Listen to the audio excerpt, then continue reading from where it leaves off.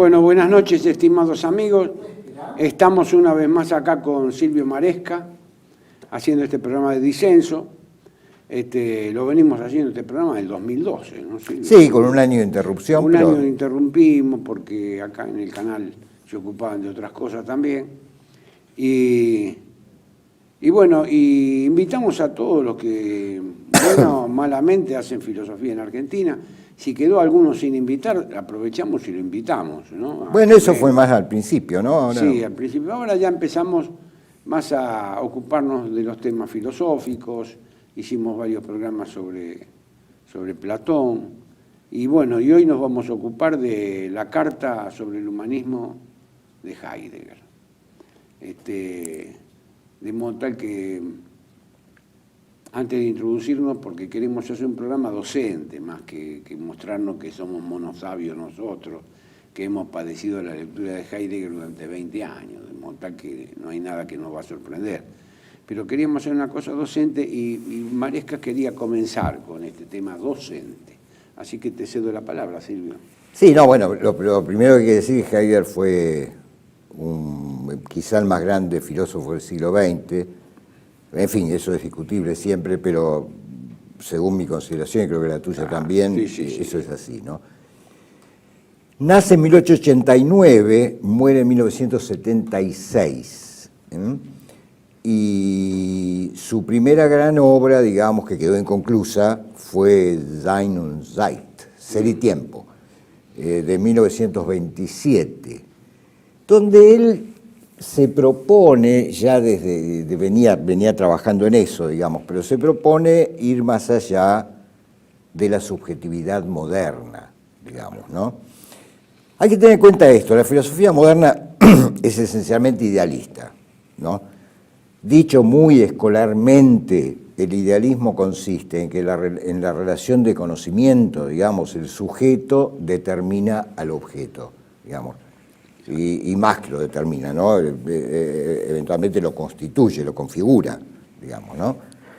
Esa es una dirección inversa, en principio, a lo que fue la filosofía antigua y medieval, donde es más bien el objeto el que determina al sujeto, digamos, ¿no?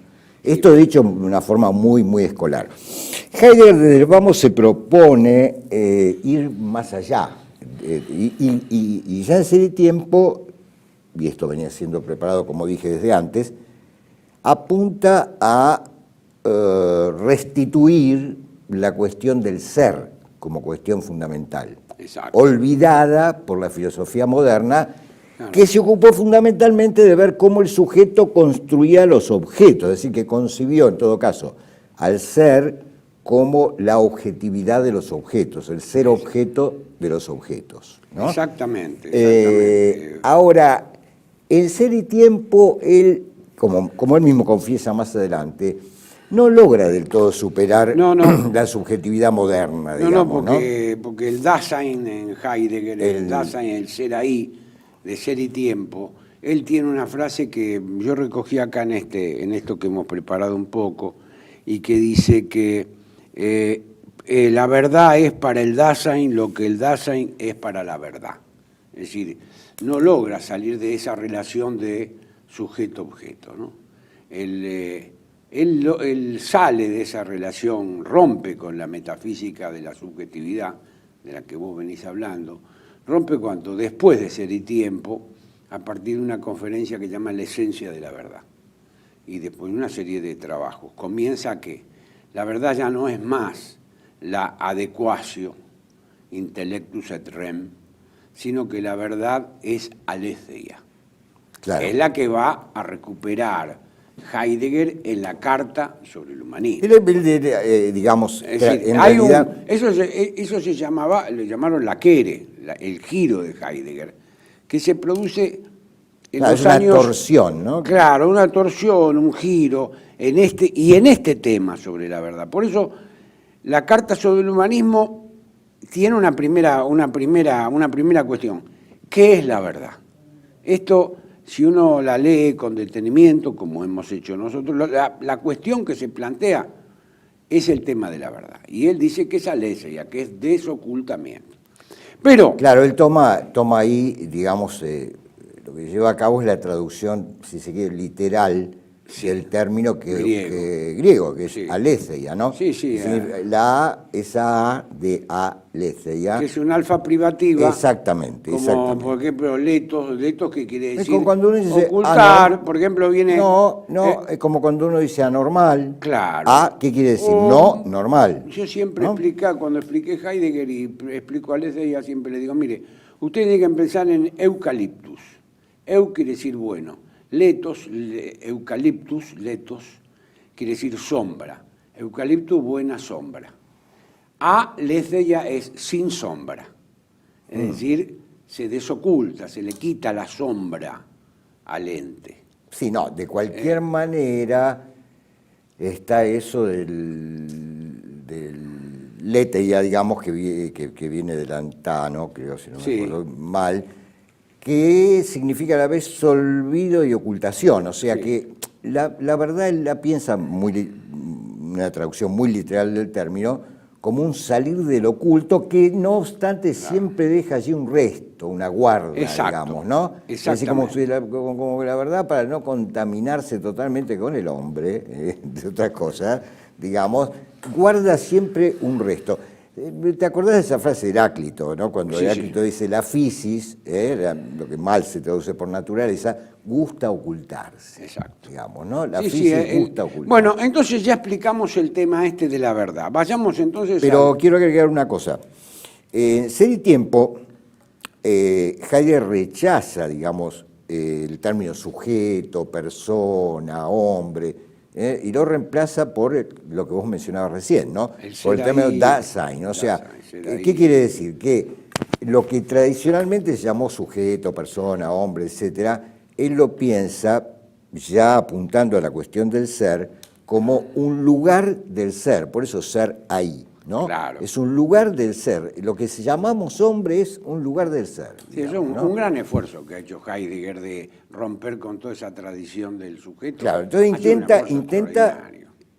salir de esa subjetividad que a partir de Bueno, Descartes se y- cierra sobre sí misma, digamos, apuntando a la cuestión del ser y pensando a lo que llamamos tradicionalmente hombre como un lugar donde de Está. alguna manera el ser se abre, Está, digamos, el ¿no? hombre está ahí.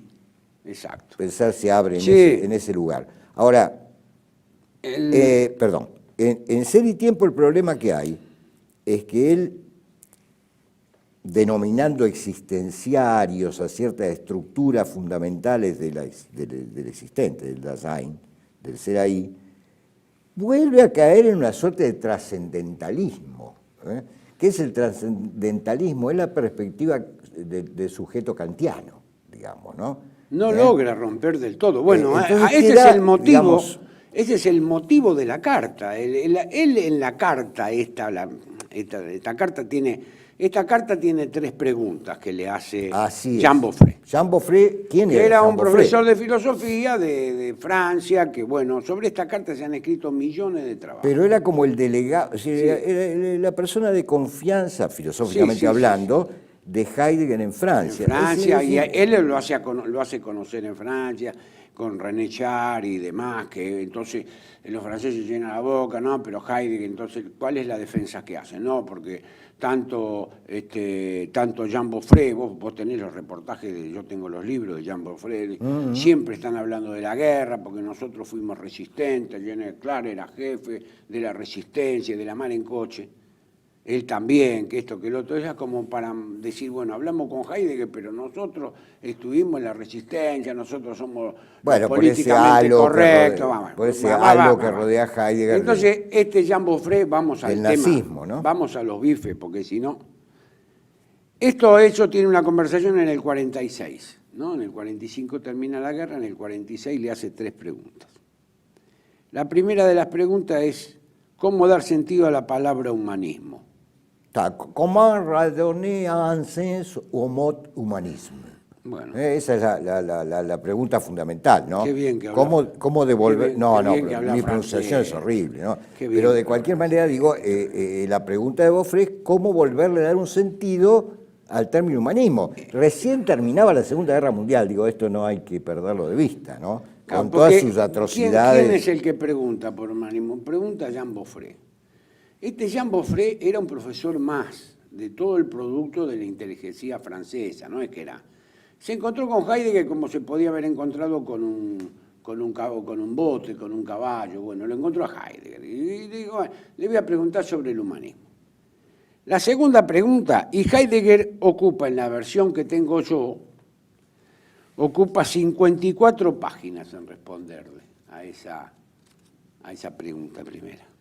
La segunda pregunta, ¿cómo es posible la relación entre la ontología y la ética? Ocupa 12 páginas nada más. Y la tercera, ¿cómo salvar el elemento de aventura, como si fuera una aventura, el elemento de aventura que supone toda investigación sin hacer de la filosofía un simple aventureísmo? Mirá que 3 preguntas que le hacía Heidegger. Heidegger, en la Carta del Humanismo, se ocupa de responder a la primera pregunta. Sí, fundamentalmente. Después, se ocupa 12 páginas en responder a la segunda. Y por último, una página para responder a la tercera, que es, bueno, después ya lo vamos a ir, yo les voy a decir, pero me adelanto, total, es lo mismo para el caso. A la tercera pregunta, que es una pregunta estúpida, una pregunta que no tiene ningún sentido, es una bobada de Jean Beaufret. Por eso nunca me pareció serio este hombre, por eso nunca nadie puede hacer un trabajo, una tesis sobre Jean Beaufret. Heidegger ha sido paciente con este hombre, ha sido paciente. Otra cosa, yo me doy cuenta ahora, a los 70 años, después de leer 20 años Heidegger, y volver a releer 2 veces y estudiar la Carta del Humanismo, digo, qué paciente que ha sido Heidegger con este hombre. Pero es cierto, pero mirá. No obstante, vamos, mirá, te voy a... Su representante en Francia era él. Bueno, te voy a mostrar, porque todo esto muestra, en el fondo todo esto muestra cómo funciona la inteligencia, ¿no? Entonces me voy a saltear, después entramos en la... Voy a ir a la última porque así no pierde el que nos escucha, los 100 tipos que nos van a ver, no creo que sean más. Son más, siempre son más. Entonces, dice él, la tercera pregunta, ¿cómo salvar el elemento de aventura? Si la filosofía es una aventura, ¿cómo salvar? Y Heidegger le dice, mira lo que le dice Heidegger, le responde, no le dice soyons sérieux, seamos serios, pero en realidad se lo está diciendo. Le dice, mire, es necesario en la actual penuria del mundo menos filosofía. Le dice, ustedes déjese de hacer filosofía. Pero más solicita atención al pensar. Trate de pensar como que... No me haga este tipo de preguntas. No me haga cosas... Menos literatura. ¿Qué me importa el aventureísmo de la aventura, si la aventura de la filosofía? Entonces, no me haga este tipo de preguntas. Pero más cuidado con las letras. Es extraordinario. Yo me di cuenta ahora, después de comerme todos los libros que se pueden ocurrirle a ustedes.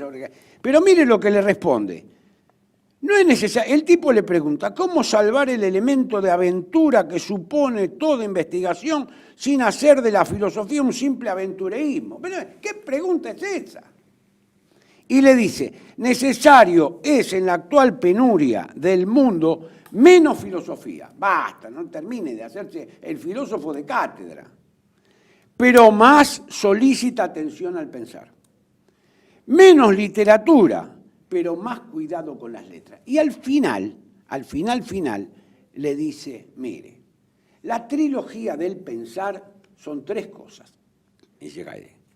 Rigor de la reflexión, cuidadosa solicitud del decir, no me haga más este tipo de preguntas, y la sobriedad de la palabra. Pues fíjate 3 cosas. Fíjate si no es Aristóteles puro. Yo quería ir a esta tercera de las preguntas para que ustedes lean la contestación de las primeras, que es la que vale la pena. Pero vos fíjate cómo él, sin decirle nada, le dice todo. Bueno, hacemos un pequeño corte y seguimos. No, todavía no nos introducimos. Entramos más directamente en tema. Lo que usted diga, profesor.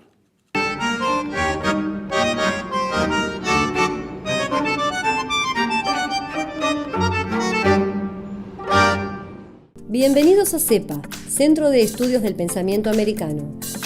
Nuevo sitio web de cursos de formación en política, filosofía, historia, literatura, geopolítica, religión, psicología y más. Cursos de formación que reflejan el verdadero pensamiento americano. Lo invitamos a elegir el curso de su agrado ingresando en www.cepa.la.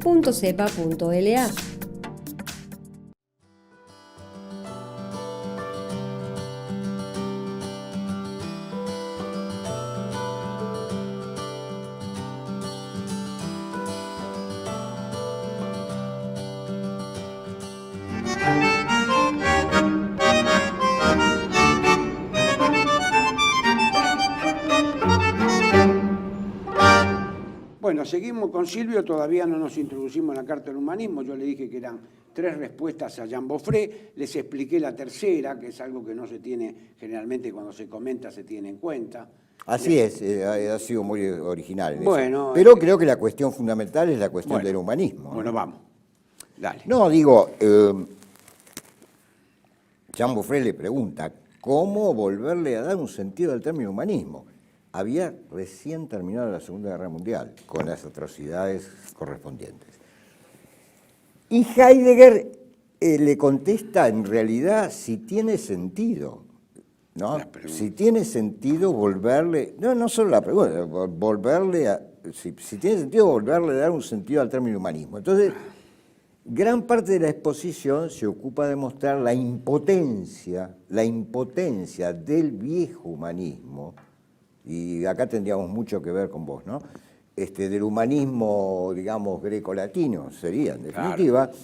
¿Frente a qué? Frente a lo que es, lo que Heidegger piensa como la consumación de la subjetividad moderna. Perfecto. O lo que llama metafísica de la subjetividad. Perfecto. Ya en el bloque anterior, algo de eso nos hemos aproximado. Es decir, toda la búsqueda de Heidegger a partir de lo que vos llamaste de la quere, ¿no? La vuelta, el giro, sí. La torsión, es romper esa cárcel de la mente, como yo la llamo, y abrirse a lo que vos también señalabas hace un rato en el bloque anterior, a la verdad, pero no a la verdad del ser. Exacto. 1000 veces en la Carta sobre el Humanismo él menciona die Wahrheit des Seins, ¿no? La verdad del ser, ¿no? Bueno. Y esa verdad del ser no es reductible al sujeto. Exacto. Bueno, ven cómo vamos, ninguna de sus variantes. Ven cómo vamos avanzando lentamente con esto. Yo me encanta hacerlo así. El humanismo, dice Heidegger, comenzando a responder la pregunta, el humanismo no es otra cosa que pensar y cuidar que el hombre sea humano y no inhumano. Esto es, fuera de su esencia, es decir, que inhumano está fuera de su esencia. Y da 3 visiones del humanismo, la que comenta Silvio. La del marxismo, es interesante, porque te acuerdas de la facultad que decía, no, pero Heidegger no se mete con el marxismo, Heidegger no se ocupa, Heidegger está en una torre del marfil. Bueno, mirá lo que interesante. La primera versión que da es la de humanismo, donde el hombre humano se encuentra en sociedad, pues esta garantiza la alimentación, el vestido, la reproducción, la suficiencia económica. Y a renglón dice, el error garrafal del marxismo es que reduce el ente a material de trabajo. El ente reducido a material de trabajo. Y unas páginas más posteriores dice, la esencia del materialismo, que es la del marxismo, se oculta en la esencia de la técnica. Claro. Sabemos que a partir de justamente de esos años, Heidegger se empieza a preocupar cada vez más por la cuestión de la técnica. Exacto. Pero no meramente de la tecnología, sino de la técnica, de lo que se llama la esencia de la técnica, que en realidad para él es la forma que adquiere, la manifestación que adquiere el ser en la época que estamos transitando, todavía hoy, por supuesto. Claro. Porque para Heidegger el ser no es una abstracción vacía, sino que tiene, como para Hegel también, y yo creo que es muy deudor de Hegel en eso, aunque piense la cosa de un modo diferente, para Heidegger el ser tiene una historia que él llama Geschichte, ¿no? Claro. Para distinguirla de la Historie, que es la pura historia de los hechos, que eso no le interesa, lo aparta, lo deja de lado inmediatamente, ¿no? Sino que la historia del ser tiene que ver con estas épocas, que es la forma como el ser se manifiesta y nos atraviesa. O sea, que no es el hombre, el sacro hombre, el que determina las formas en que el ser se manifiesta, sino que es exactamente al revés. Digamos, Perfecto.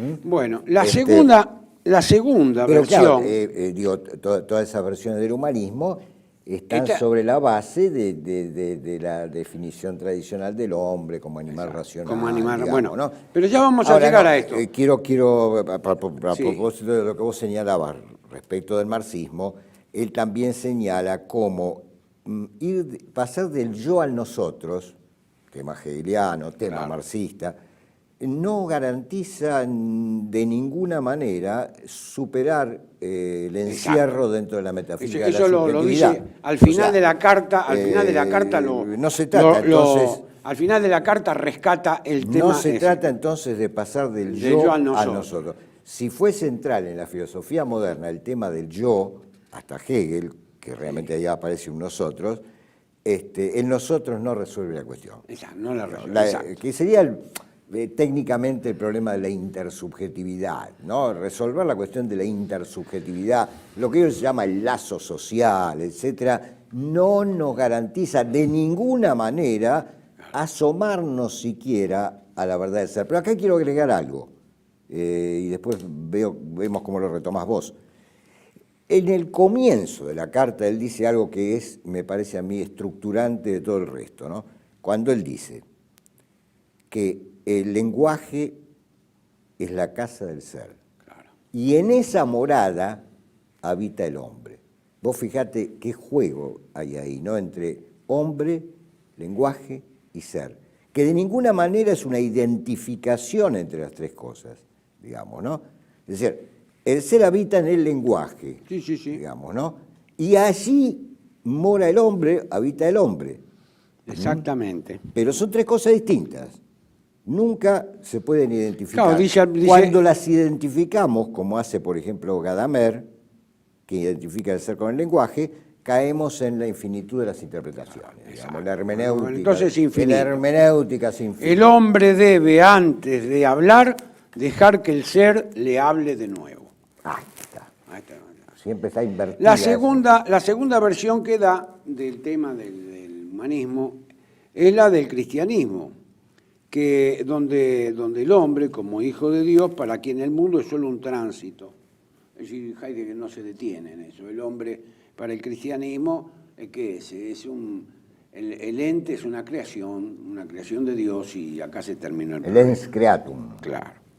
Y la tercera es la visión del mundo greco-romano, para quien el hombre se sitúa frente al homo barbarus, dice él.